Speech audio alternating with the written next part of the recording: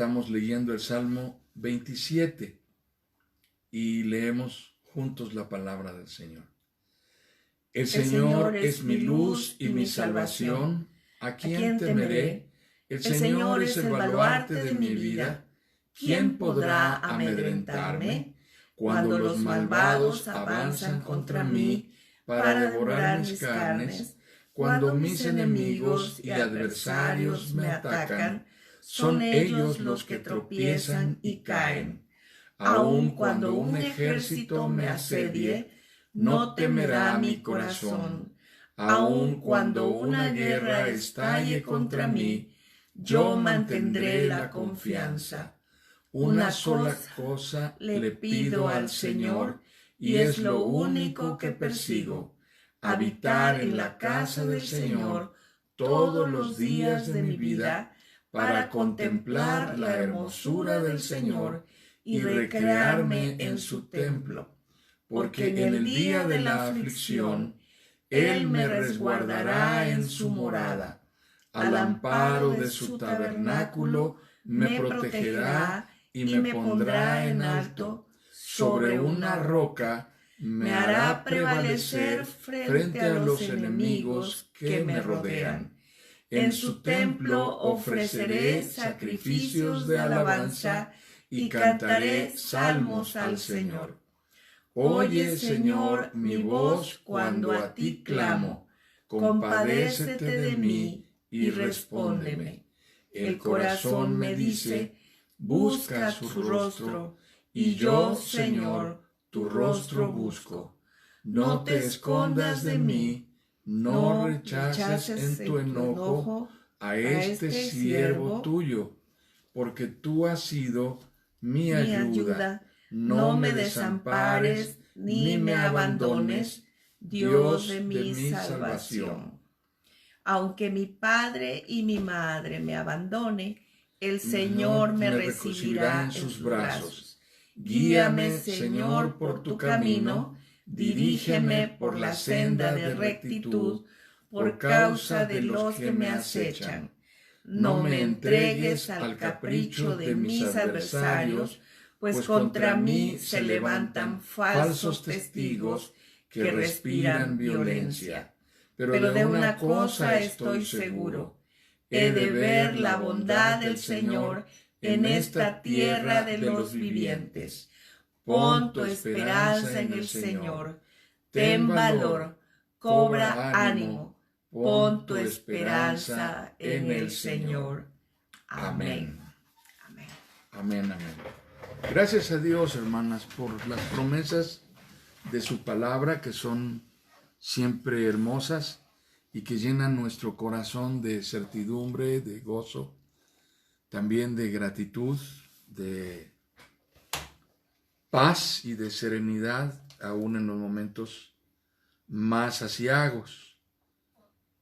Quiero llamar la atención de ustedes nuevamente acerca de los dos textos que yo les comenté, que eran los textos que yo encontraba con un énfasis que es básicamente lo que hemos llamado escatológico, es decir, el énfasis que apunta hacia lo postrero, hacia lo final, hacia los acontecimientos últimos.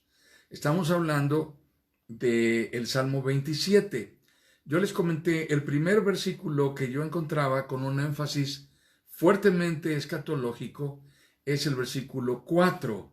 El versículo 4 dice: una sola cosa le pido al Señor, y es lo único que persigo: habitar en la casa del Señor todos los días de mi vida, para contemplar la hermosura del Señor y recrearme en su templo. Y luego señalé el versículo 13. Pero de una cosa estoy seguro: he de ver la bondad del Señor en esta tierra de los vivientes. Les decía que yo encontraba en estos dos versículos un énfasis escatológico, pero no tiene que ser exclusivamente en estos dos versículos. A lo largo de todo el Salmo 27 el rey David está cantando acerca de las victorias que Dios le concederá en la postrimería de los tiempos. Es decir, Dios dará victoria a su siervo el rey en frente de sus enemigos, de sus adversarios. Aun cuando la guerra se levante contra él estará declarando que Dios le dará la victoria, lo está declarando y está confiado en que Dios hará esto. Y esta es el alma del canto que estamos leyendo en el Salmo 27. Es una declaración de victoria en el Señor. Una declaración de victoria que está construida sobre el obrar de Dios, sobre lo que Dios está haciendo, porque está basado en lo que Dios ha hecho en el pasado y en lo que Dios hará en el futuro. Entonces tenemos una declaración de fe. Eso es enfáticamente lo que tenemos en el Salmo 27. Una declaración de fe extensa, que no apunta solo al presente. Esta es una parte importante de la declaración de fe de David. No apunta solo al momento actual, está apuntando, está basado en lo que Dios ha hecho en el pasado, pero está apuntando hacia el futuro. Bien, las declaraciones de fe son actos en los cuales nosotros expresamos nuestras convicciones acerca de lo que hemos visto hacer a Dios y de lo que estamos plenamente conscientes que Dios está haciendo y es poderoso para terminar de hacer en nuestras vidas, y estamos convencidos de lo que Dios hará en el futuro. Y lo que tenemos aquí en el Salmo 27 es precisamente esto, una poesía o un canto que es una declaración de fe construida en torno a la manera de Dios de obrar y de manifestarse en la vida del rey David. Pero el énfasis escatológico, señalaba yo, está en los versículos 4 y 13. Pero, ¿qué apuntan estos dos versículos? Apuntan a lo que nos espera en el futuro. ¿Cuándo es el futuro para este cantante que es el rey David, para este poeta, para este rey que está confiando en Dios? El futuro es el momento último, cuando todo haya terminado, cuando nuestra jornada acabe. ¿Qué me espera cuando mi jornada termine? ¿Hacia dónde estoy caminando? ¿Hacia dónde se dirigen mis pasos? ¿Y qué es lo que hay allá, al final de mi trayecto? Es posible que todos hemos pensado en eso en algún momento de la vida. No es raro. Es una de las maneras comunes en que los cristianos pensamos y recordamos y tratamos de encontrar certidumbre al respecto de esta materia, del futuro remoto, el que no sabemos cuándo llegará ni de qué manera llegará.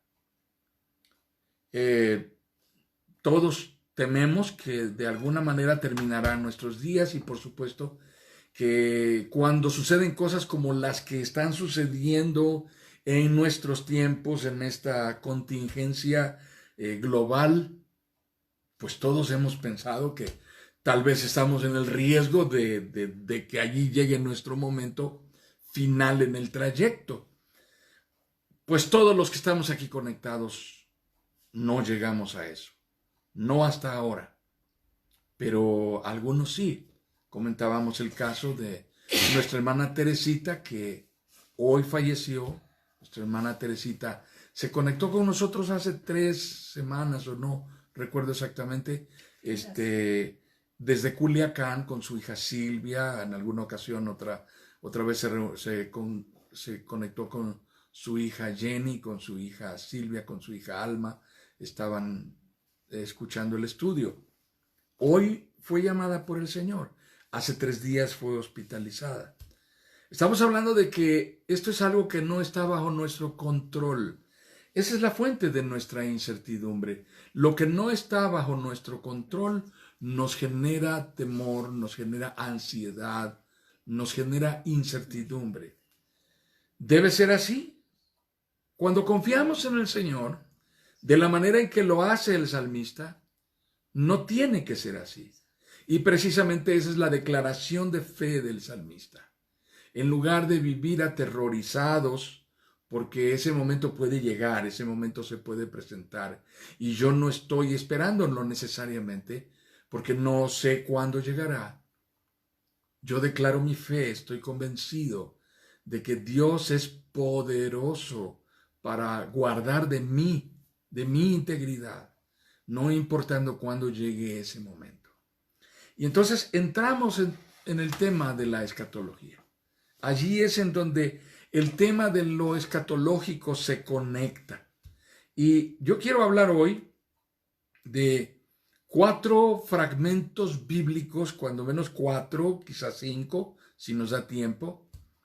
Pero quiero hablar de 4 fragmentos bíblicos que son enfáticamente escatológicos y están hablando de una forma, de una parte importante de la escatología. Ya les dije que la escatología se divide, el estudio de la escatología, la doctrina cristiana de los últimos tiempos, se divide en 2 grandes ámbitos de estudio. Uno es la escatología general, la que habla de todos los acontecimientos finales, el juicio de Dios, la resurrección final, la consumación de la redención, la segunda venida de Cristo, etc. Pero otra es la escatología individual, la que se refiere a lo que está escrito en la palabra acerca de el creyente cuando llega el momento final de su proceso. Muy bien. Hermanas, estamos a unos días del Día de Muertos, que es una de las más importantes celebraciones y festividades que en nuestro pueblo y en muchos pueblos se vuelven un acontecimiento, un paréntesis en la jornada habitual de vida de la nación completa, ¿verdad? Los panteones se llenan, la gente acostumbra a poner sus altares de muertos y todo esto que sabemos que es parte de la cultura, de la idiosincrasia, que es una mezcla de creencias entre lo prehispánico y lo católico romano y algunas tradiciones de otros pueblos que hemos heredado. Y bueno, todas estas cosas que ahora parece ser que no se van a poder llevar a cabo como la gente está acostumbrada a celebrarlas, pero esto que estamos tocando ahorita sobre escatología individual pudiera ser una respuesta a esa forma de cuestionamiento que los cristianos tenemos constantemente, porque cada año yo veo que muchos creyentes se enfrascan en una campaña para acabar con la tradición del Halloween y del Día de Muertos y yo no siento que sea tan eficaz y fructífero ponerse a combatir las creencias de otras personas cuando las personas no están dispuestas a aceptarlas, simple y sencillamente porque no comparten nuestras convicciones.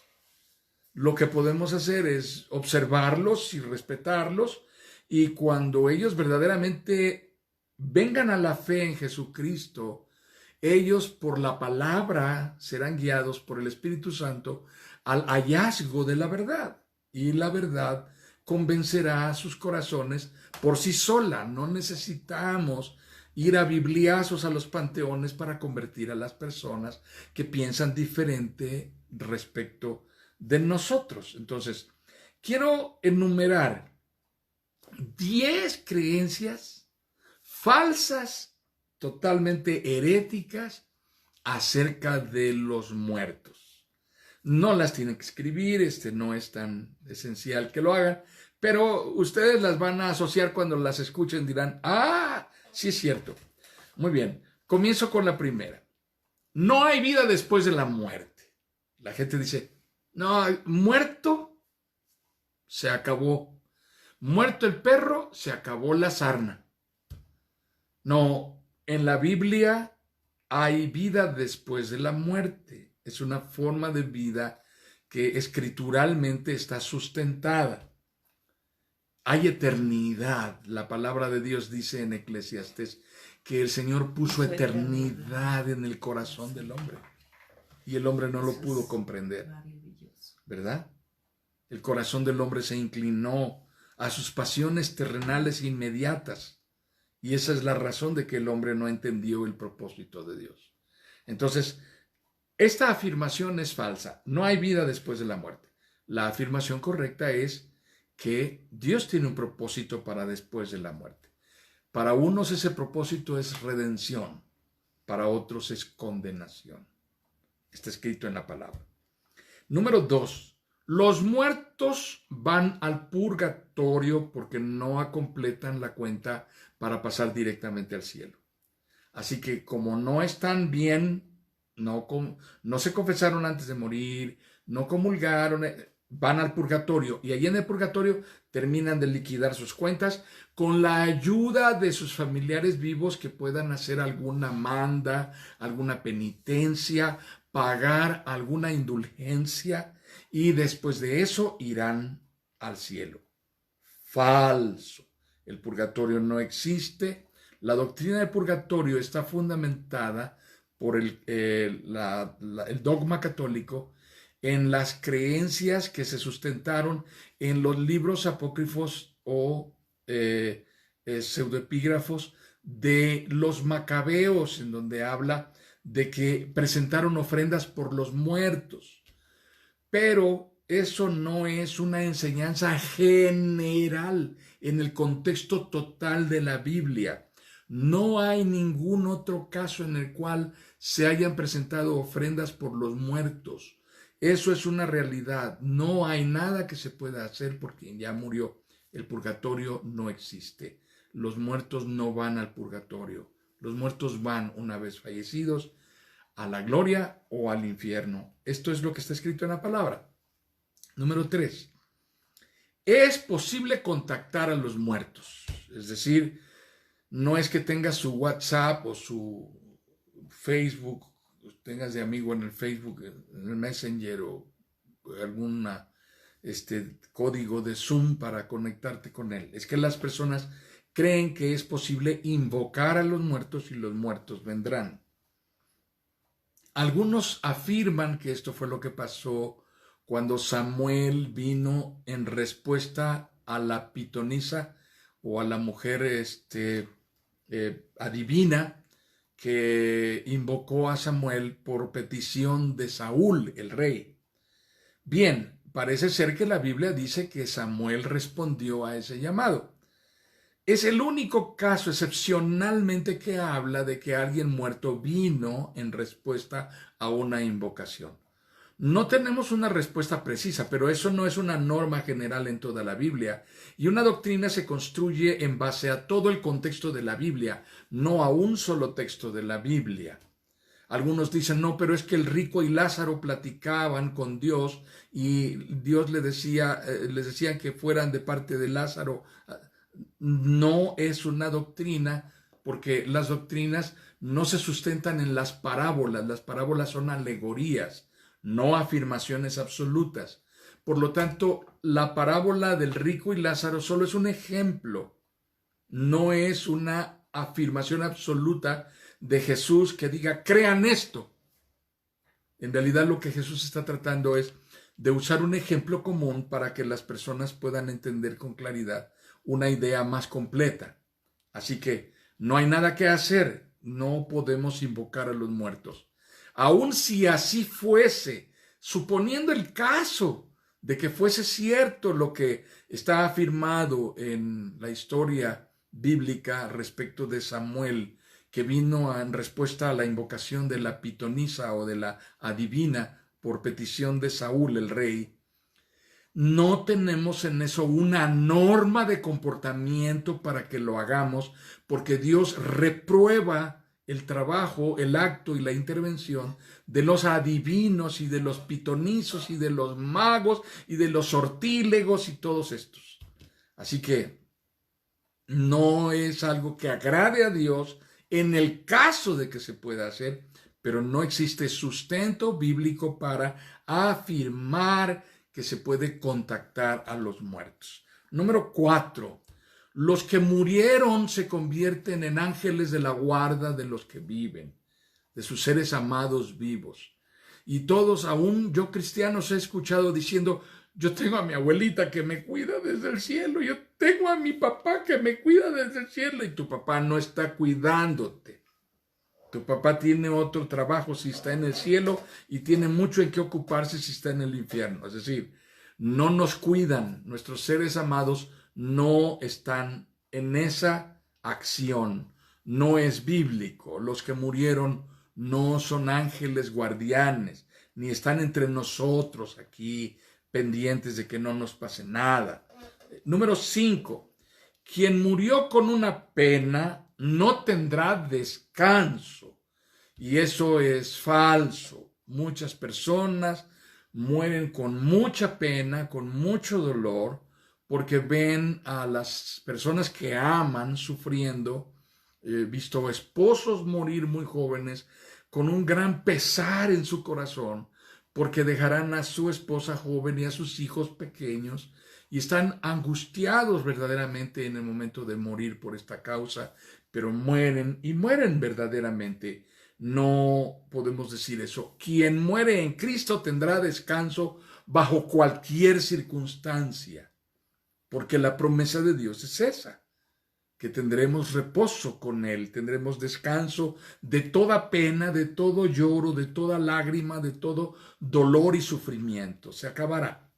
Entonces, esto no es cierto. No hay tal verdad.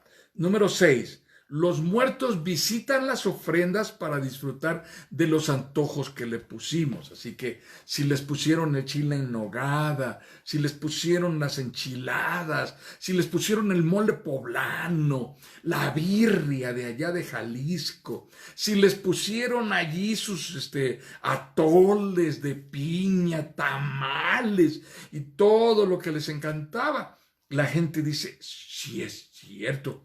Yo fíjate que me fui a robar un bocado de los tamales y ya no sabían a nada. Ya había venido la abuelita y se los había comido.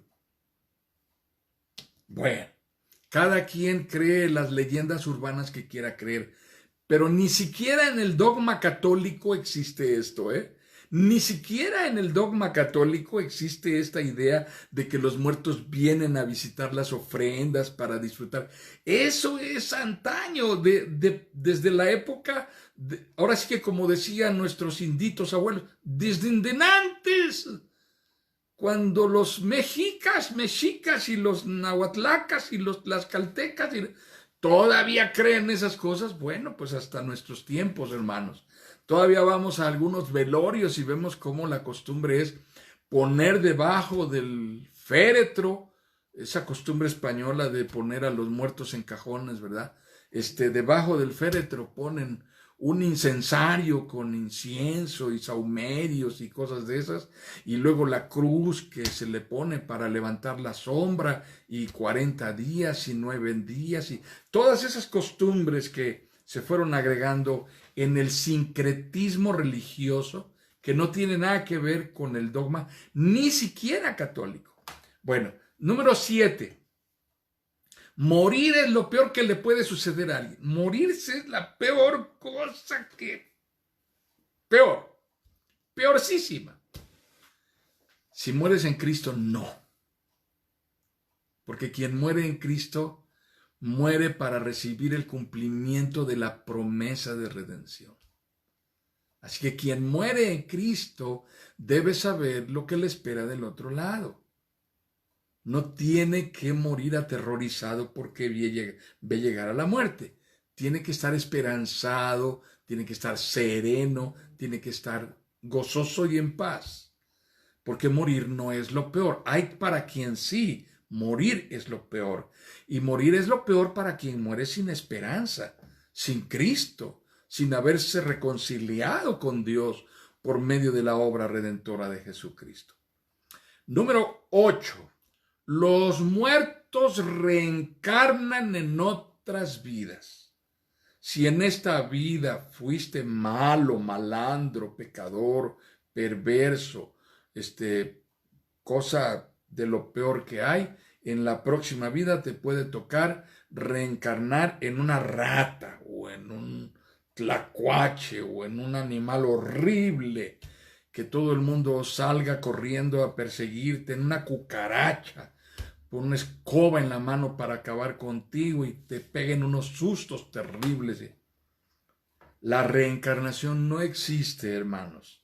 La reencarnación, hermanas, es una tradición del pensamiento y de la mitología hindú, de la mitología oriental. Ellos creen que el ser humano está construido de muchas vidas. Y esto no solamente no es bíblico, es contrario a la enseñanza de la palabra. El ser humano tiene una sola oportunidad que nos ha sido dada por Dios, que se llama vida, y esa oportunidad que nos ha sido dada por Dios y que se llama vida, nos ha sido dada para buscar a Dios, para conocerlo y vivir en paz, reconciliados y en condición de hijos amados de Dios, preparándonos para llegar al encuentro con el Padre.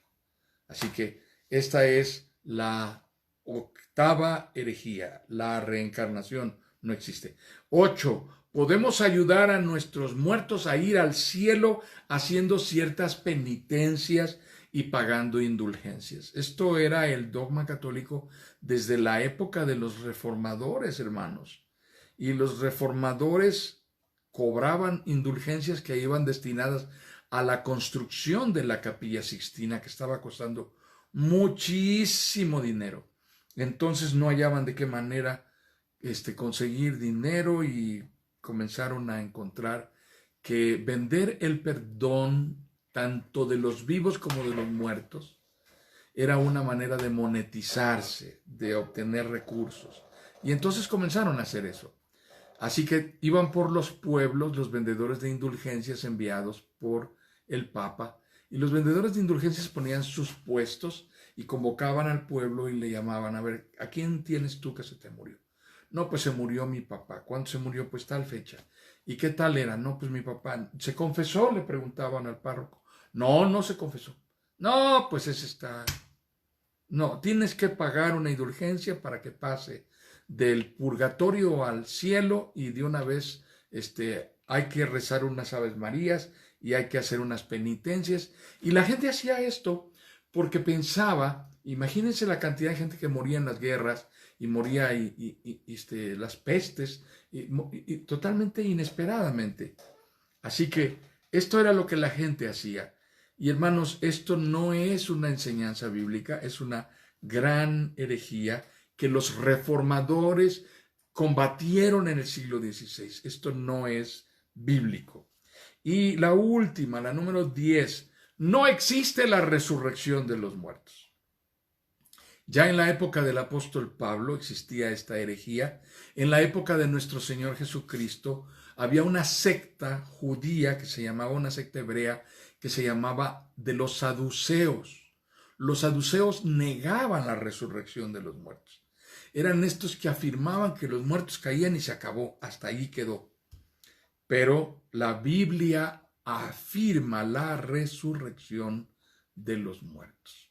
Es bíblico, está escrito en la palabra, tiene sentido y coherencia a lo largo de toda la Biblia, no nada más de un solo texto o de un par de textos, sino a lo largo de toda la Biblia.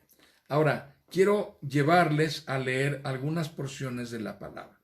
Y por supuesto que en las porciones que quiero pedirles que leamos están unas que son muy importantes, que son clave. Comenzaremos desde el Antiguo Testamento.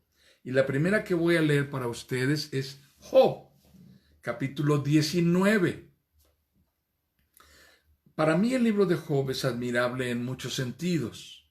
Por supuesto, porque es un hombre que habla desde el sufrimiento, y es un hombre que lo perdió todo en medio de la adversidad más terrible que muy pocas personas han llegado a experimentar, Pero a Job le tocó vivirlo, la pérdida total, la total adversidad, la total tragedia. Sin embargo, cuando llegamos a esta porción de la palabra, Job 19, encontramos a un Job esperanzado, a un Job que está lleno de fortaleza y de certidumbre en la palabra. Así que voy a leer de los versículos 23 al 27 y estoy leyendo la Nueva Versión Internacional. Ah, si fueran grabadas mis palabras, si quedaran escritas en un libro, si para siempre quedaran sobre la roca, grabadas con cincel en una placa de plomo. Yo sé que mi Redentor vive y que al final triunfará sobre la muerte. Y cuando mi piel haya sido destruida, todavía veré a Dios con mis propios ojos. Yo mismo espero verlo. Espero ser yo quien lo vea y no otro. Este anhelo me consume las entrañas. Job 19, 23 al 27. En el corazón de este hombre profundamente atribulado, que seguramente llegó a estar casi plenamente convencido que cualquier día moriría en medio de esta tragedia que está viviendo. La declaración de fe de Job afirma y apunta al día en que verá a Dios cara a cara cuando este proceso terrenal haya terminado y cuando él en su propia estructura haya sido transformado. Y dice, en mi piel he de ver a Dios y mis ojos lo verán. Entonces, esta convicción bíblica que está a lo largo de toda la Escritura es la constante acerca de qué sucederá con el justo una vez que haya fallecido. Y por cierto, el libro de Job es el primero escrito. Este de los libros de la Biblia, está recordándome Rebequita un dato importante. Fíjense cómo Job está citando algo que nos coloca históricamente en un momento. Era la época en la cual las cosas que querían que se quedaran escritas por mucho tiempo se escribían en un metal. Y el metal que se utilizaba era el plomo. Antes de eso, ¿saben lo que se usaba para escribir? Lo que se llaman ahora tablillas cuneiformes, que eran pequeñas tablillas, vamos a llamarle como le llamamos ahora los millennials, tablets inalámbricas de arcilla. Cuando la arcilla estaba fresca, se escribía en ellas y cuando se terminaba de escribir en ellas, entonces se ponían a coser y lo que se había escrito en ellas quedaba escrito para siempre. Pero después se descubrió que se podía fundir algún metal y el metal que se encontraba y que era blando era el plomo, y esta es la época del plomo. Y el libro de Job se cree que fue escrito muy antiguamente. Se cree que Job vivió en las regiones de Mesopotamia. Esto es antes de Abraham, hermanos.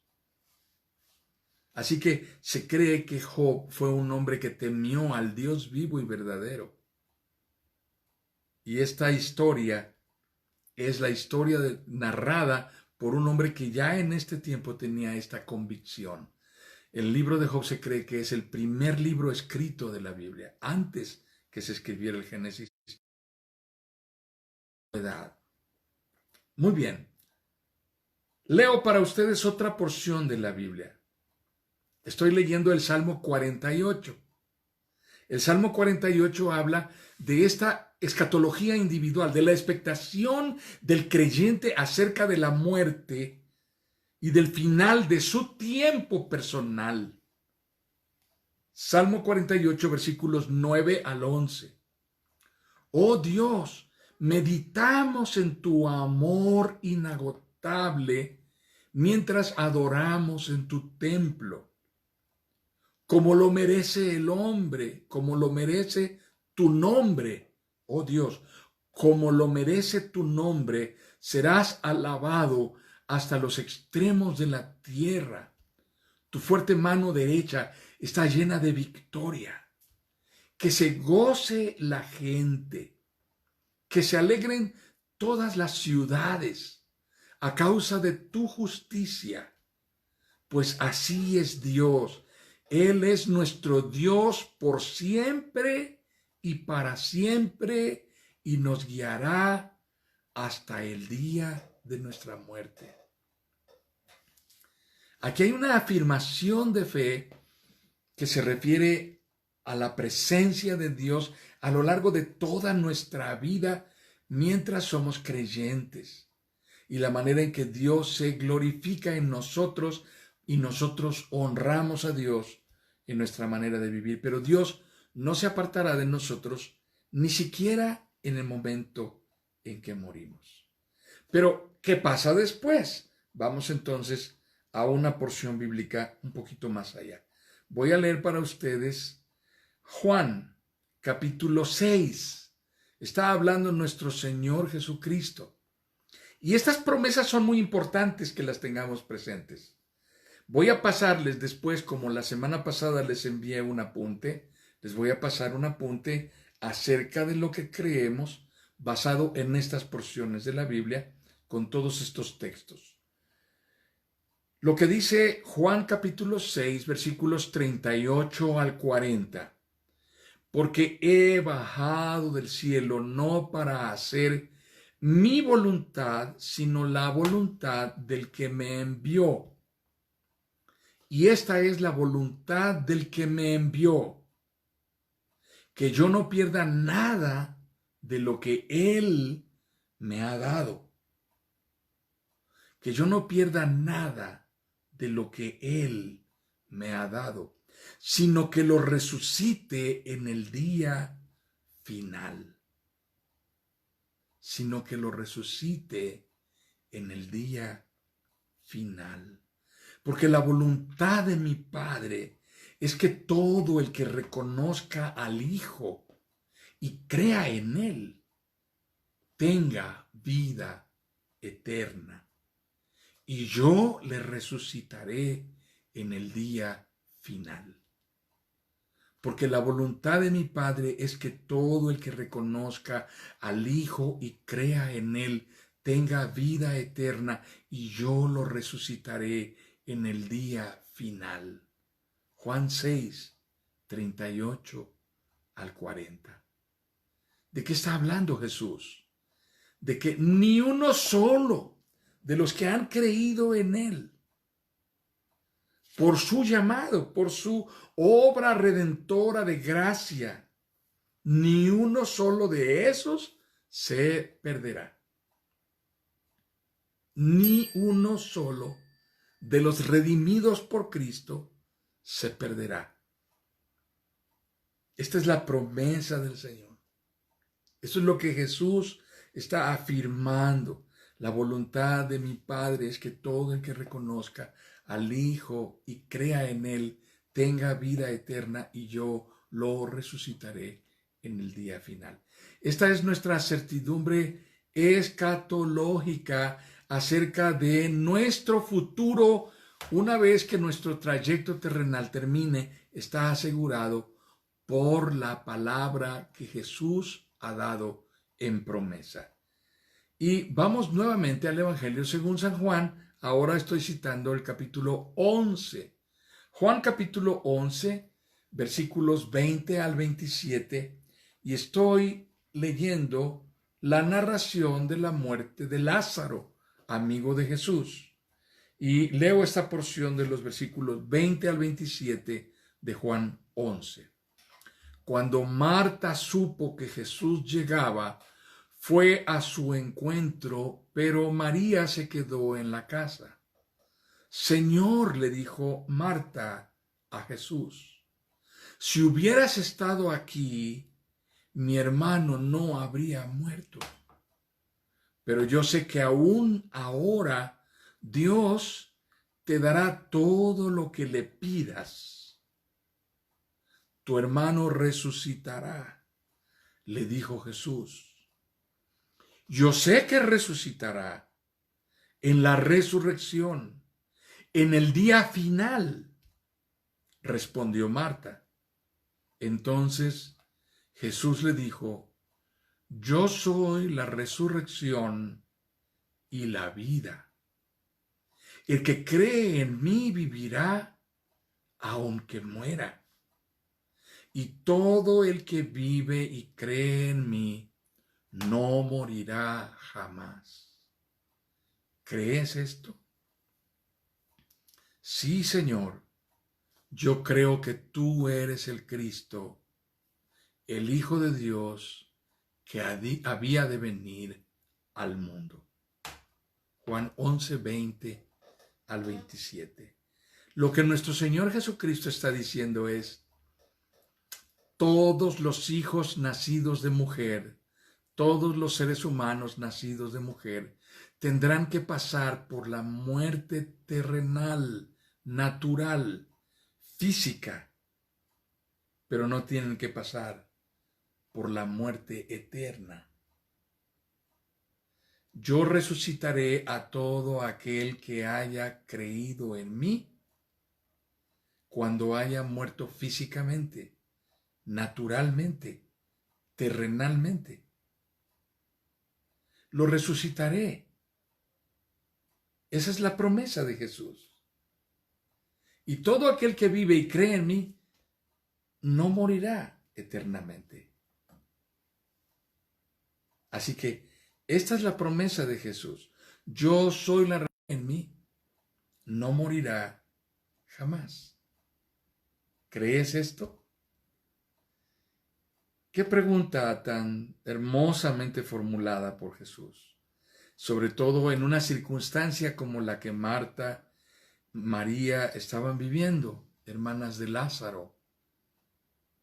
Y ahora quiero concluir hoy leyendo una porción más de la palabra.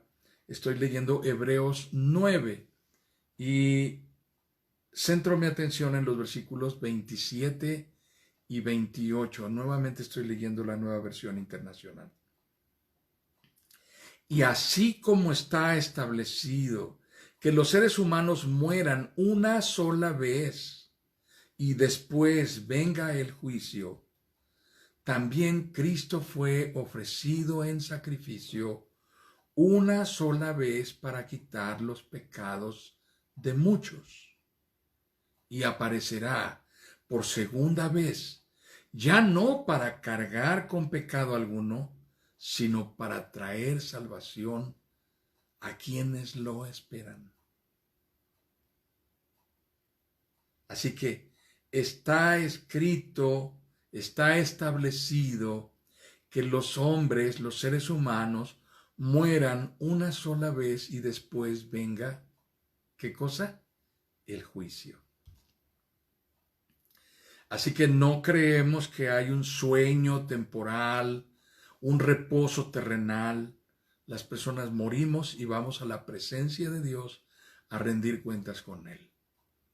Esta certidumbre tenemos acerca de la salvación que hallamos en la palabra. La fuente de nuestra certidumbre es la palabra, es la promesa de Dios. Esto es lo que nuestro Señor Jesucristo ha dicho. Bien, tenemos hasta aquí entonces afirmaciones bíblicas acerca de la escatología individual, lo que creemos acerca de lo que sucederá con nosotros como creyentes en Jesucristo. Cada persona que ha creído en Jesucristo y muere, ¿qué sucederá con él?